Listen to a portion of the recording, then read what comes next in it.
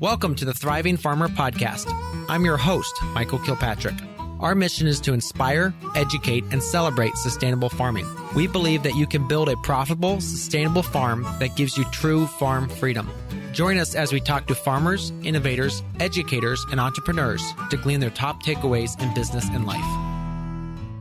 This episode is sponsored by Grip. Got lots of people, places, and things to track?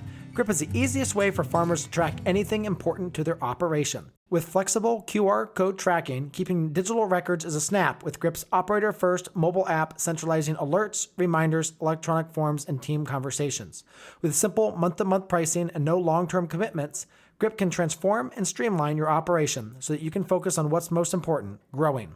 For a limited time, get 15% off any monthly or yearly subscription at grip.ag/pricing with the code THRIVEIN25. That's GRIP.ag/pricing with the code THRIVEIN25. Well, welcome back to the Thriving Farmer Podcast. This is Michael Kilpatrick, your host. Today's guests are Sara, Krohn, and Sam Odin, who are the farmers behind Village Farmstead, a certified organic farm growing food on just 1 acre on the bluffs of Lake Michigan near Milwaukee. Using permanent raised beds, minimal soil disturbance, and primary hand tools, they focus on ecological and financial stability while feeding their community. Sara and Sam, welcome to the podcast. Thanks for having us. Thanks. Absolutely. So give us a little bit of background on how you guys got started in farming. Well, we both have had a love for food our whole lives, and we met in Stevens Point when we were going to college. And Sam was very into studying the food system. I was into studying kind of housing and communal living.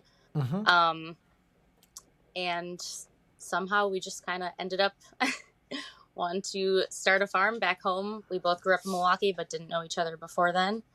And yeah, I think all I would add to that is that Sara and I were both, we were both in school at the time and studying different ways to leave our mark, I guess, on the world, to do the right thing, whatever it was. Yes. Be revolutionaries and do that.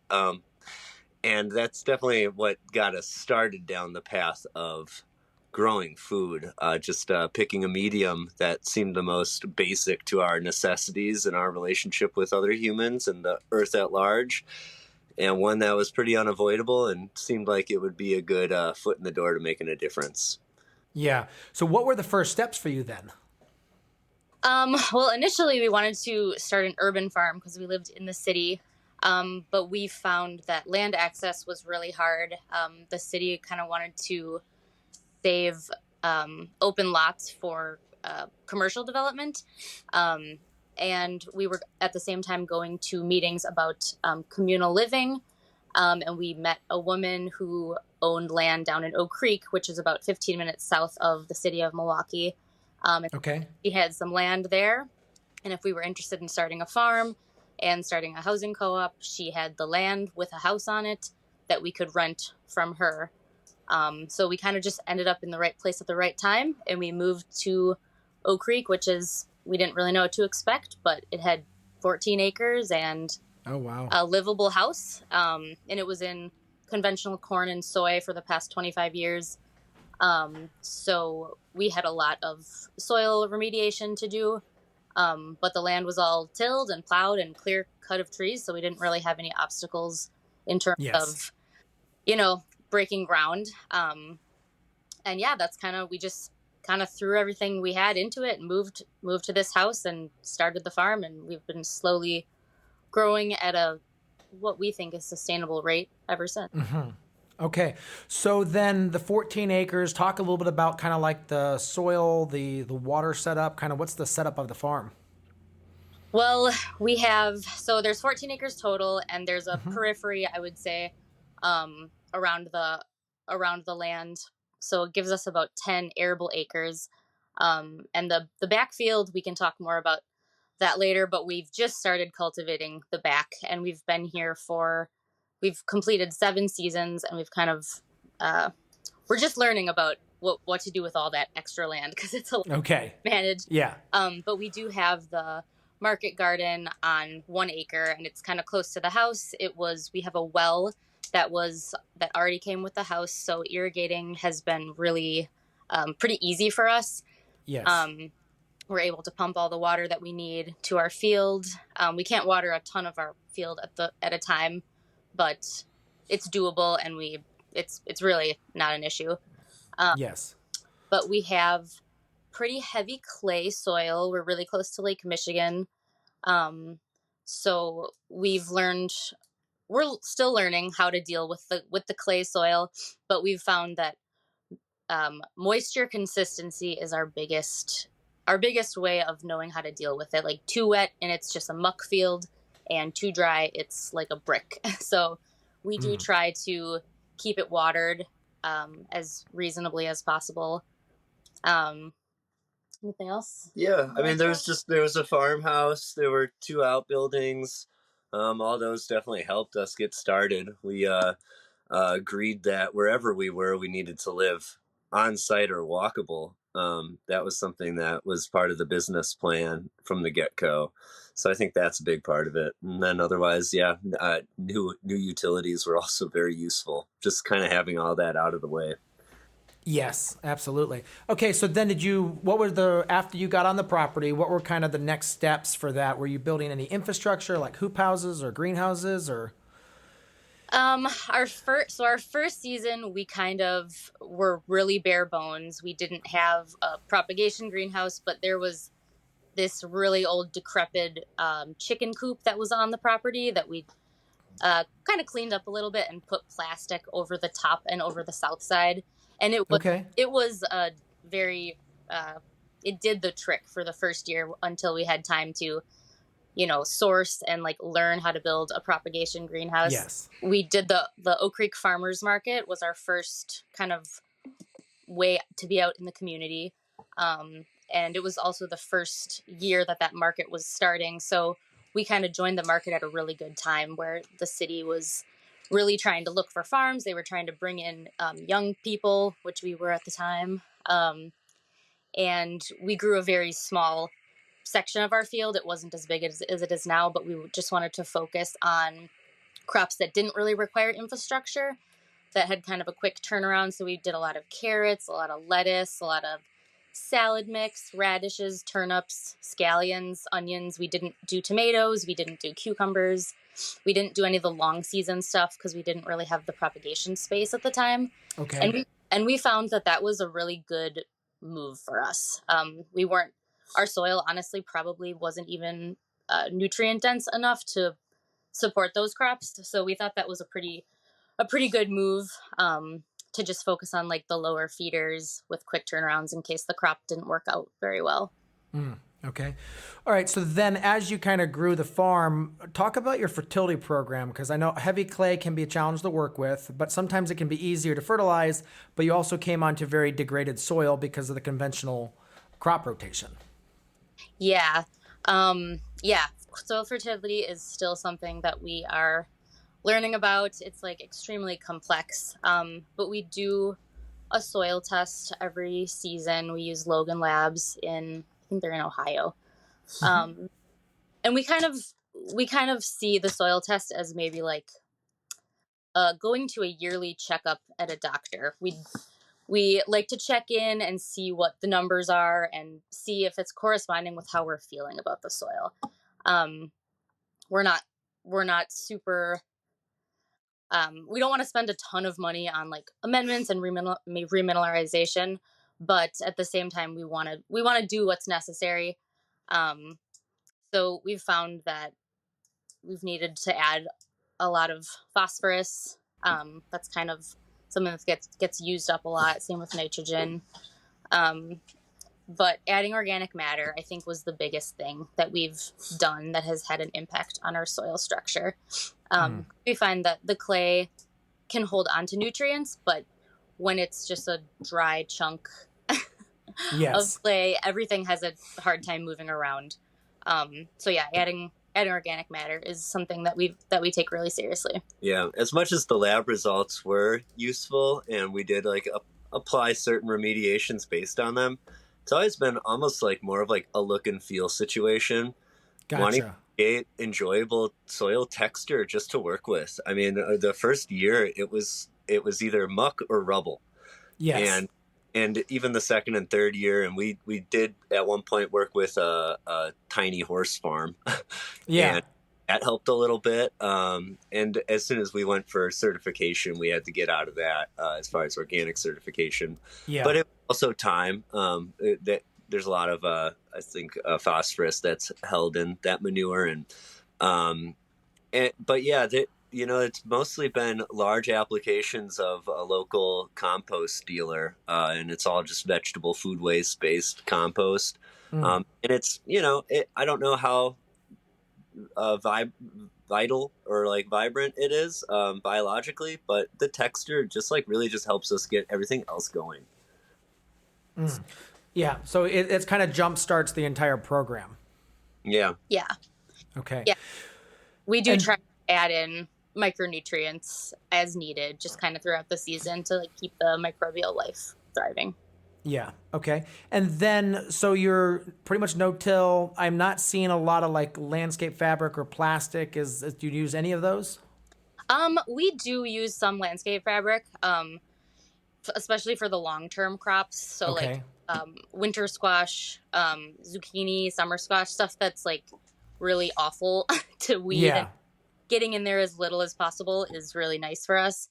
But we've found that the long-term stuff like peppers, tomatoes, our soil tends, because they're usually in the high tunnels, the soil just tends to just dry out and get that crusty, salty layer on top of it. And we found that using landscape fabric helps to like retain the moisture in the tunnels. And plus the plants are in there for so long that we have a really bad sow thistle pressure. It's probably our biggest weed pressure. And it's really, we're just kind of sick of digging thistle for like 8 hours a day. Yeah. So we have been employing more landscape fabric in terms of the longer stuff, because there's only so much time we can dedicate to weeding, and it starts to take into our general salary. So, yes. Yeah. Gotcha. Absolutely. So speaking of finance right there, how do you guys break up the farm? Do you guys have the team members that work with you, or are you guys mainly the main labor? Yeah, so Sarah and I are the main labor. My sister is part-time, so about half of what we do. Okay. And financially, that's probably one of the most important pieces, I think, to our style of farming, is that we decided right off the bat what our budget necessities were as individuals, what our personal finances were. And we wanted to make that much money on the space that we had. So we kind of each started with about a $30,000 target over a year that we each needed to make. And that was after all the farm expenses and after also paying off my sister. So we also wanted to break it down to an hourly so that we, justified that this was a good profession, because we could garden on the side and maybe make more doing something else. Absolutely. Yeah. Trying to make $20 an hour. And so we make sure that we're under 40 hours a week and within about 1,500 hours a year each. Obviously that, sometimes changes a little bit. Correct. But not a whole lot. We definitely respect our evenings. We do 8 to 5 o'clock. And we take lunch, and we have weekends, and we go canoeing every now and then on a Friday. So it really just started with how much we need, and then working backwards as far as our labor time and that value, and then pricing and everything as far as our marketing targets then are all based off of that. Okay, so remind me, you go to farmers market as well as you do CSA. Yeah, the first few years we did farmers market and CSA combined, but with I think the past 4 years, maybe 3 years, we've gotten rid of farmers market completely, and we're just doing CSA, Nice. Which has been really, really nice. Like Sam was, we've both worked in the service industry for a really long time. Sam's a musician that travels, and we've never really had weekends before. And doing the farmers market, we did a market on Saturday and a market on Sunday, and it was just way too much. Yes.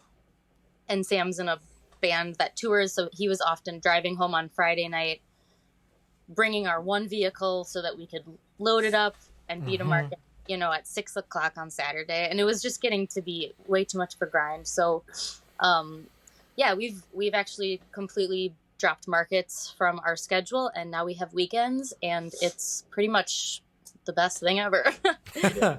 All right. So that's, your nether farm that started out by using farmers markets to find the ideal customers to then bring them into knowing about you, and then you able to build the farm that you wanted based with that.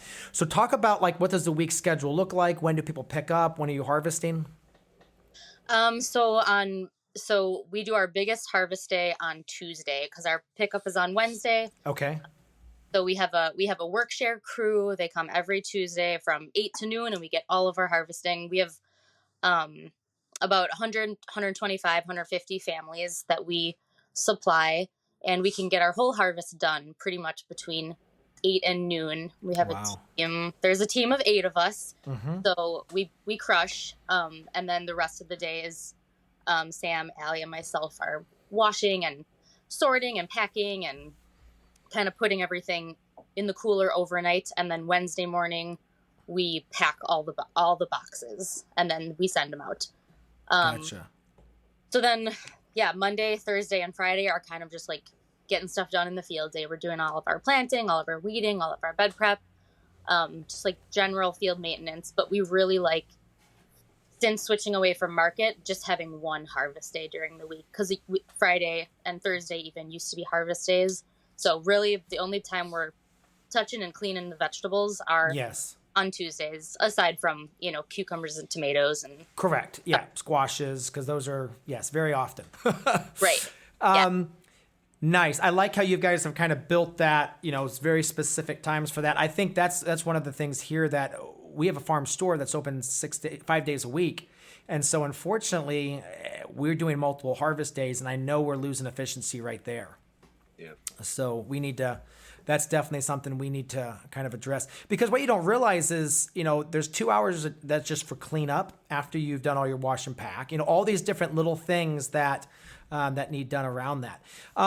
All right. So let's dive a little bit into kind of your crop mix. It sounds like you guys do a very wide, everything from potatoes to tomatoes to lots of greens at this point. Mm-hmm.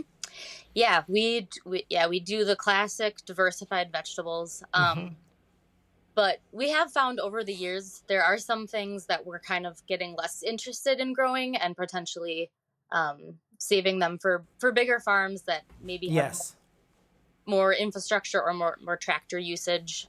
Like winter squash is something we grow enough to give our CSA 1 or 2, and for us to have enough for the winter, but we really don't we don't dedicate a lot of our space to winter squash because it's just so space intensive. Yeah. We choose our crops based on, a lot like how we measure our labor time. We base it off of, $1 per bed foot. And we understand, which crops are actually paying the bills and which ones are just taking a lot of time. And, something like scallions takes us a lot of labor time, and it's also in the ground for almost, 50 days. Yes. And so that compared to salad, I guess a head lettuce or something that's just a one cut and clean. Yes. That's something that we consider. We also consider how many times we have to weed something. Anything that's over about a month and a half in the ground, that's going to require one weeding. Yes. So that's part of that kind of formula for how much a bed foot is worth. But we really start with our CSA targets. We used a Canadian organic growers book to really kind of figure out just the whole annual schedule. And it starts with the CSA target, what every week we want to deliver to our members, and we want 6 different types of items. So we have categories of items from, onion to a potato or a squash to a fruit, to a cooking green, and then a salad green and a salad root. So because we don't want to overload them with all onions, and we want it to be a $30 value a week for each member, 30 to 40.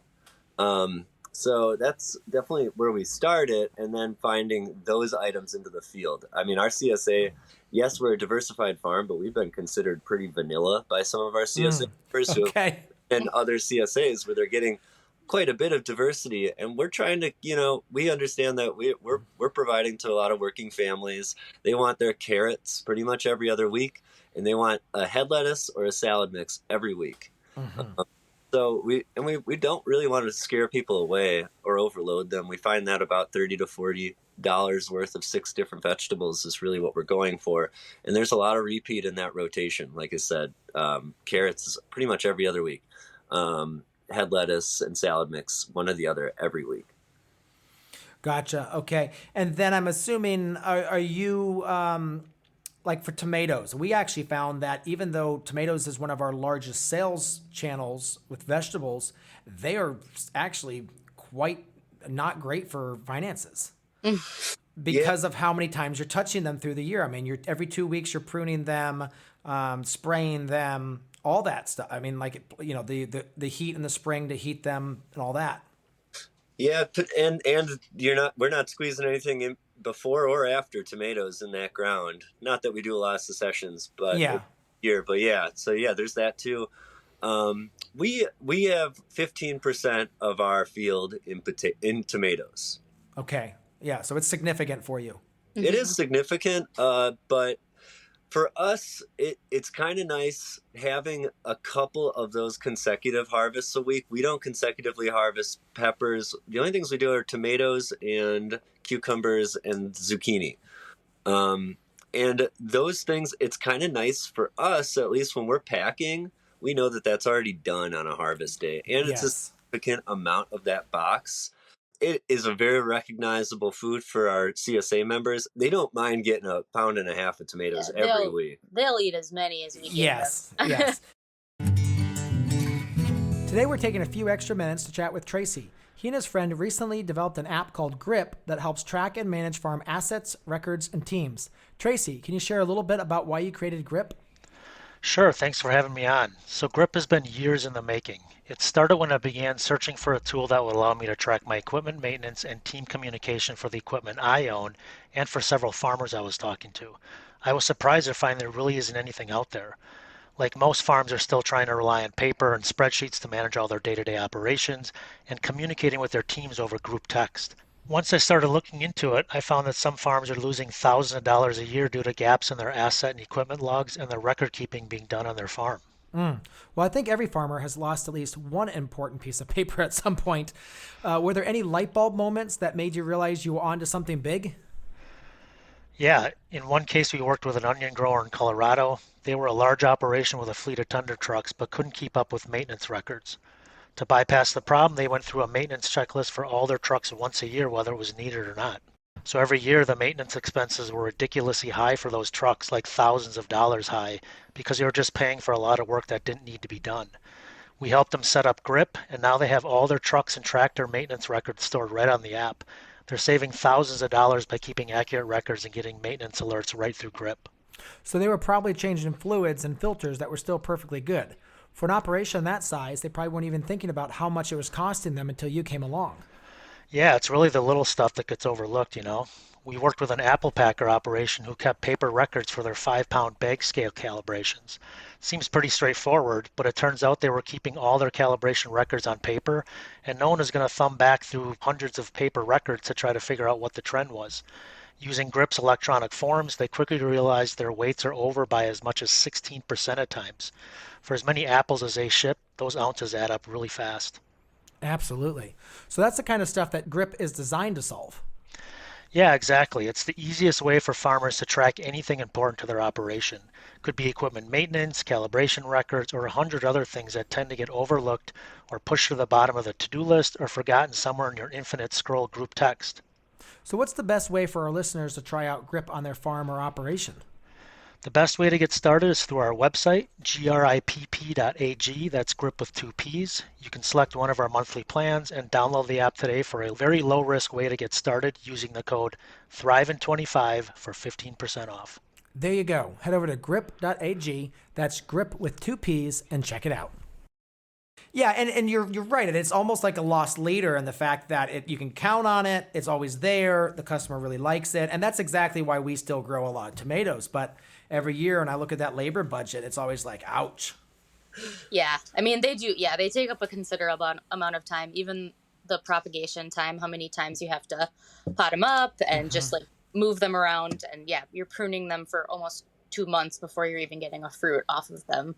Correct. But yeah, it's kind of one of the things that we keep growing because there's only one chance to get them in Wisconsin, and Exactly. provide them while they're growable. What are you guys using for soil mix in the greenhouse? We make our own mix.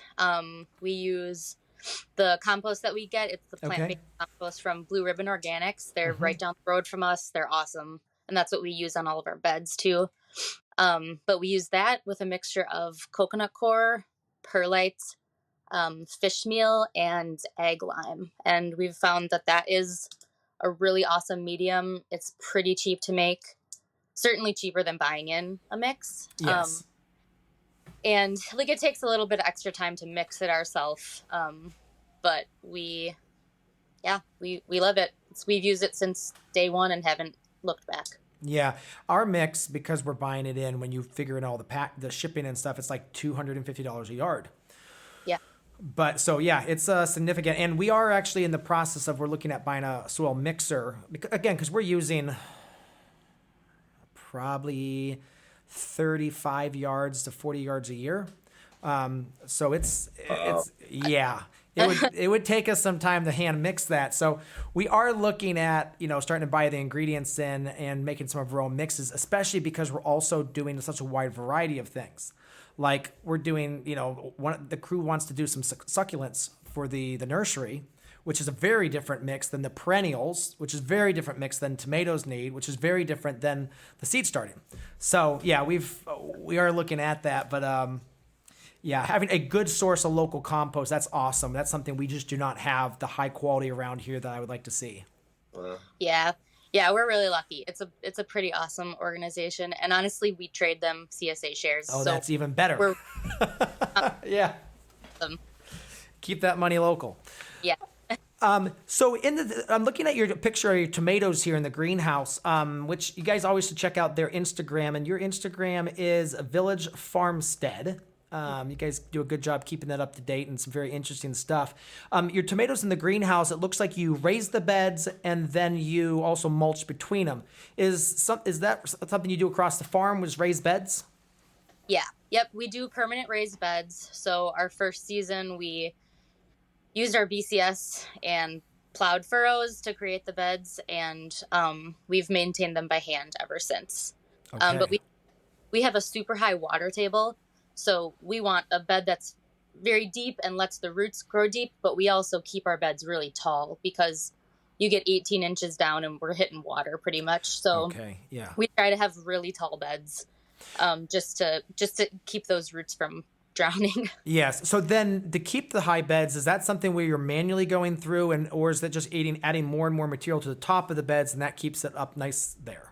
So we have a kind of interesting way of bed prep, and it really works for us. But instead of tilling the top of our bed, we'll take a wheel hoe in our walking paths, and we'll kind of backwards with the wheel hoe, loosening any erosion up, and then we'll rake it back onto the bed. So interesting.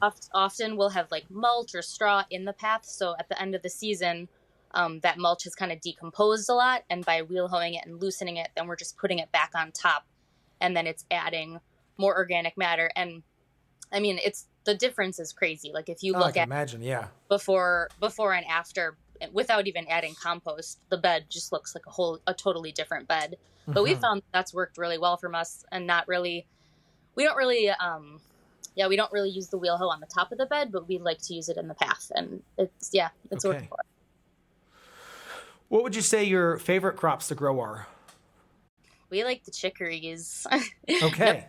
Nobody likes them in our CSA, but we like them. Well, it's kind of like growing daikon for me. It's like there's so much weight per bed, and like they're beautiful, and no one wants to buy them.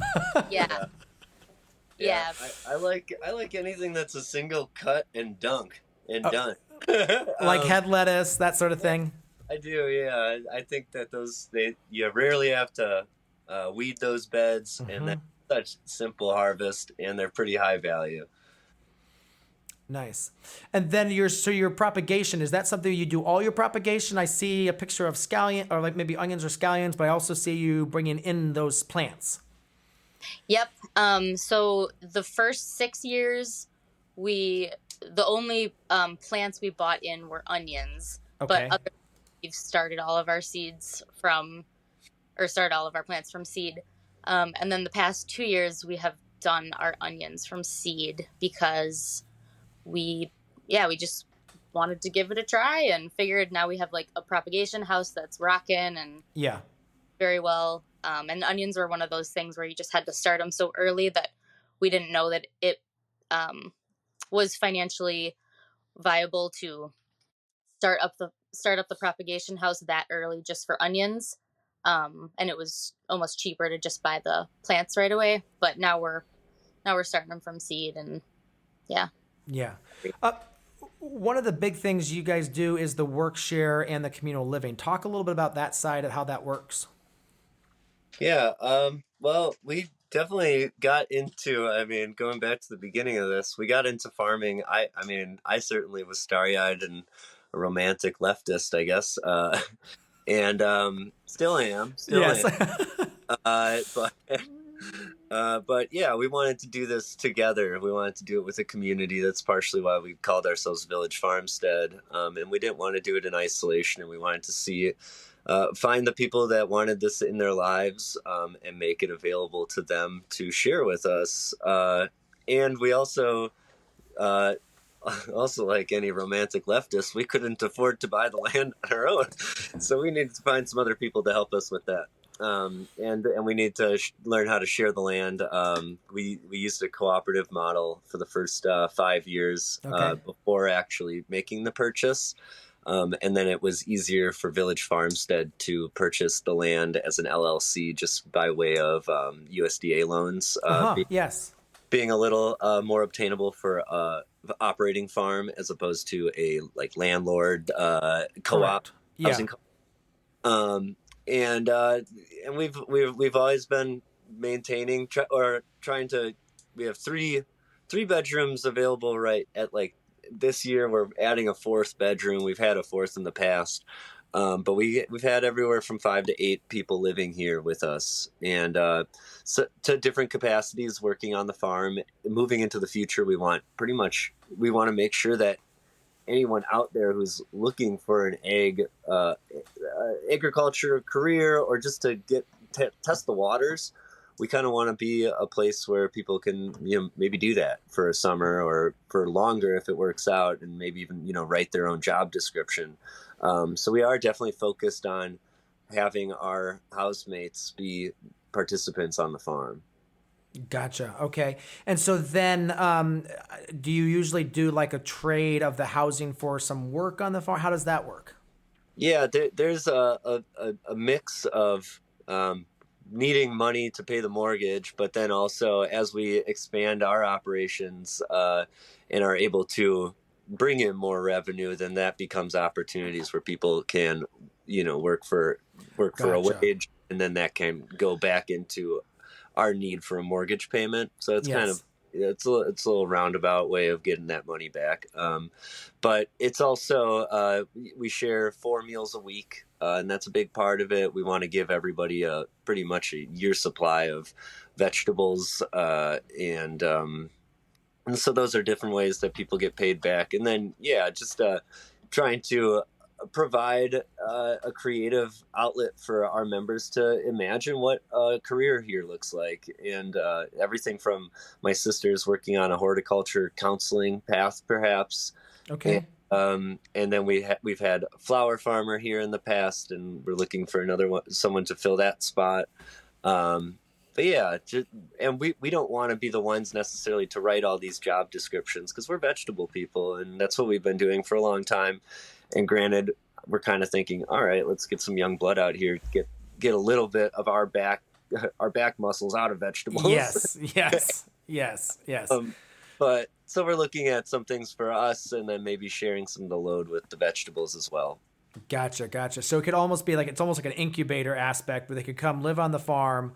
They could kind of imagine what they want to do. Maybe they want to do flowers or Yeah, microgreens or something like that. Last year we had a workshare, and now this year he's probably moving in. He's got a job this year on the farm he just finished his natural resource major. So we're going to see if he wants to install some prairie for us and do some invasive removal. Yeah. And things that need to happen that we don't necessarily have time for, but now maybe, or maybe he'll do some more of the vegetable work and I get to remove some buckthorn with him, on an afternoon. And so it kind of just takes tomato pruning off of our list, and then we get to kind of help him facilitate a path for either a career elsewhere or maybe here in the future. And on the other hand, I will add there have been a lot of workshares that we have that have wanted to start farms, and they wanted to get some experience, and after doing a season have realized, actually, I don't think I want to start a farm. I think I want to just keep working here because it's like a lot of work, and I'm getting a lot of the perks by just participating in the workshare. Yes, yeah. It's a completely different thing to working at a farm and owning a farm. And a lot of people don't. So it's really interesting. When we stopped farming in upstate New York, we leased, sold, / I don't know how the real ended up happening, but the guys that took over our farm, after 3 months, they sat down with me because we were like, you guys owe me a lease payment. Like, there's no money coming. What's going on? And he's like, yeah, I never realized what you did all day. Oh, no. Yeah. And I was like, yeah, we do the things which make sure that you get paid. Yeah, there was a lot that we learned when we started this. Like, I certainly don't have a business mind. I was more like plants, being outside, like this is fun. And luckily Sam really has the mind for business. But it is, I mean, there's so much behind the scenes work that has to go into it that you don't often think about and don't often get into it for. So you have to be able to, do that type of work too. Cool. All right. Well, I appreciate you guys both coming on today. What would you say is your favorite tool on the farm? I like the good old wheelbarrow. That's my favorite tool. I feel like sometimes I use it as my vehicle to get out to the field, and it's just a catch-all bucket. Okay. Do you have one of the two-wheeled wheelbarrows or just a regular? The one wheel. I feel like least resistant. I don't know. Something about it. All right. I'd say for getting stuff done, definitely just spreadsheets on a iPhone. But for zenning out and doing this for what I love, I'd say raking, just a bed rake. Okay. Yes, I can definitely get behind the spreadsheets, but on a big screen. Yeah. Yes, on a phone, I lose my patience, and I come into the house or go to one of the computers. Like, guys, just get me to a computer. But all right, and so what does the future hold? What's the next couple of years look like? Well, I kind of mentioned at the beginning that we're growing on 1 acre, our house on another acre, and then we have 9 acres in the back. We call it the backfield. And in fall of 2023, we had it planted to a perennial pasture grass mix. Just because it was in corn and soy, and we kind of let it get wild for a couple years. But we realized that we needed to do something with it.